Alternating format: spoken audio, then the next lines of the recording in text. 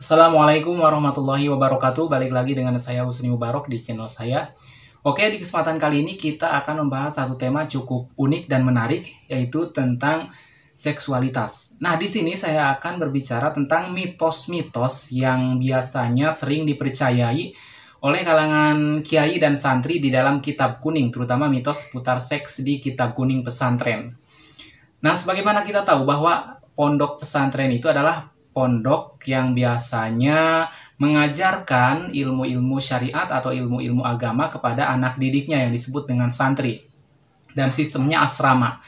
Tapi banyak salah kaprah yang terjadi di mana ada anggapan bahwa kitab-kitab yang berwarna kuning, biasanya kitab-kitab gundul, itu biasanya dianggap sebagai kitab yang sangat sahih dan tidak bisa dibantah. Jadi kalau ada kitab-kitab kuning, mereka anggapannya itu semua sahih, nggak ada yang salah gitu, nggak ada yang perlu dikritisi. Padahal nggak semua kitab kuning itu sahih. Ada beberapa kitab kuning yang memang pantas untuk dikritisi karena ada kejanggalan-kejanggalan, bahkan mitos dan bahkan kesyirikan di dalamnya. Jadi kita di sini bukan berarti menganggap semua kitab kuning itu tidak absah atau tidak ilmiah, enggak. Banyak kok kitab kuning yang sangat ilmiah, tapi ada segelintir kitab kuning yang memang layak untuk dikritisi.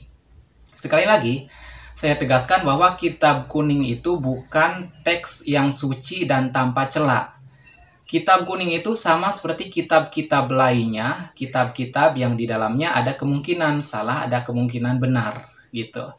Jadi, yang tidak bisa disanggah, yang tidak bisa dikritisi itu adalah Al-Quran dan As-Sunnah, hadis-hadis Rasulullah. Adapun kitab-kitab kuning, karangan para ulama, itu bisa saja mungkin ada perlu dikritisi. Nah, salah satunya di sini saya akan mengkritisi kitab kuning yang bicara seputar seksual, yaitu Fathul Izar. Nah, Fathul Izar ini adalah salah satu kitab kuning selain kitab Qurratul Uyun yang biasa dikaji oleh kalangan santri dalam masalah seksologi, dalam masalah seks dan adab-adab seksual.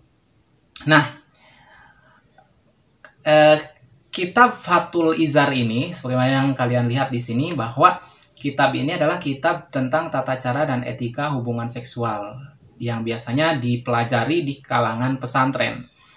Tapi sepertinya target market dari kitab ini adalah kaum Adam, laki-laki. Karena di situ banyak pembahasan terkait yang bias gitu, bias terhadap kaum perempuan. Jadi di situ seakan-akan yang dibahas itu masalah perempuan. Jadi otomatis itu kitabnya khusus laki-laki, sepertinya seperti itu gitu ya. Nah, dari mana sumber pengambilan kitab ini? Apakah kita menemukan dalil-dalil Al-Quran atau dalil-dalil hadis di kitab Fathul Izar ini?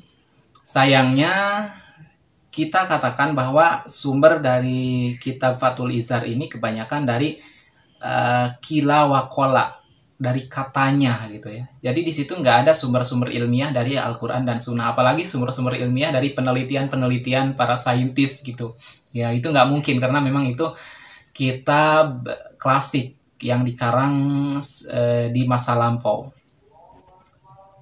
Nah, di sini banyak sekali mitos-mitos yang diuraikan oleh penulis yang sebenarnya itu sangat bertentangan dengan ilmu saintis dan juga bertentangan dengan keilmiahan gitu. Bahkan bertentangan dengan hadis-hadis Nabi yang berkaitan dengan seksologi.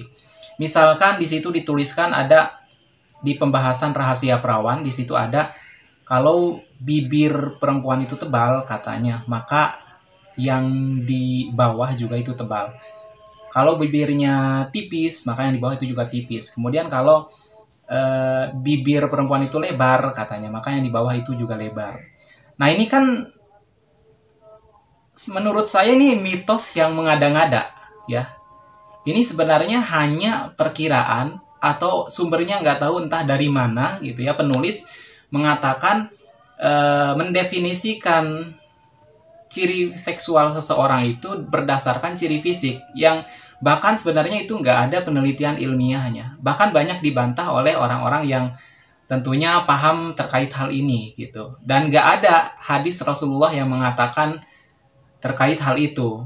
Pokoknya kalau matanya seperti itu, maka kehidupan seksualnya begini dan begitu gitu. Kalau bentuk tubuhnya begini, maka kehidupan seksualnya begini dan begitu. Nggak ada. Itu sebenarnya mitos-mitos yang sayangnya banyak dipercaya oleh kalangan santri dan kalangan kiai dengan alasan itu ditulis oleh ulama. Itu ditulis di dalam kitab kuning. Sehingga tidak mungkin ulama dan kitab kuning itu salah katanya. Dan itu juga menjadi nilai plusnya buat mereka karena kitab ini ditulis di masa lampau. Sehingga semua hal yang berasal dari masa lampau itu tidak mungkin salah katanya gitu ya. Jadi sebenarnya patokan atau tolok ukur kebenaran itu bukan berdasarkan di mana dia ditulis, tapi berdasarkan apakah sesuai dengan Al-Quran atau Sunnah gitu. Nah, ada juga efek buruknya dari mitos-mitos kitab kuning tersebut. Ada efek buruk yang ditimbulkan dari mempercayai mitos-mitos seputar seksual di dalam kitab kuning pesantren. Yang pertama, jadi kita mudah menilai seseorang, kehidupan seksual seseorang berdasarkan tampilan fisiknya. Ya, ini pengalaman sih. Ada seseorang yang curhat di Quora itu. Dia tuh punya guru agama di sekolah. Nah, guru agamanya itu suka melontarkan komentar-komentar mesum, komentar-komentar pelecehan terhadap kaum hawa, terutama murid-murid siswi di kelasnya. Jadi dia mengatakan si fulana bibirnya tipis, pasti itunya juga tipis katanya. Ini kan sesuatu yang sangat sangat nggak lazim gitu ya.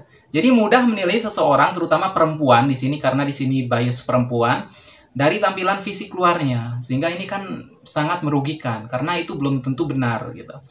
Nah oke, itu sekilas ulasan dari kitab Fathul Izar yang pernah saya kaji secara sekilas gitu ya. Nanti kita akan juga bahas Qurratul Uyun.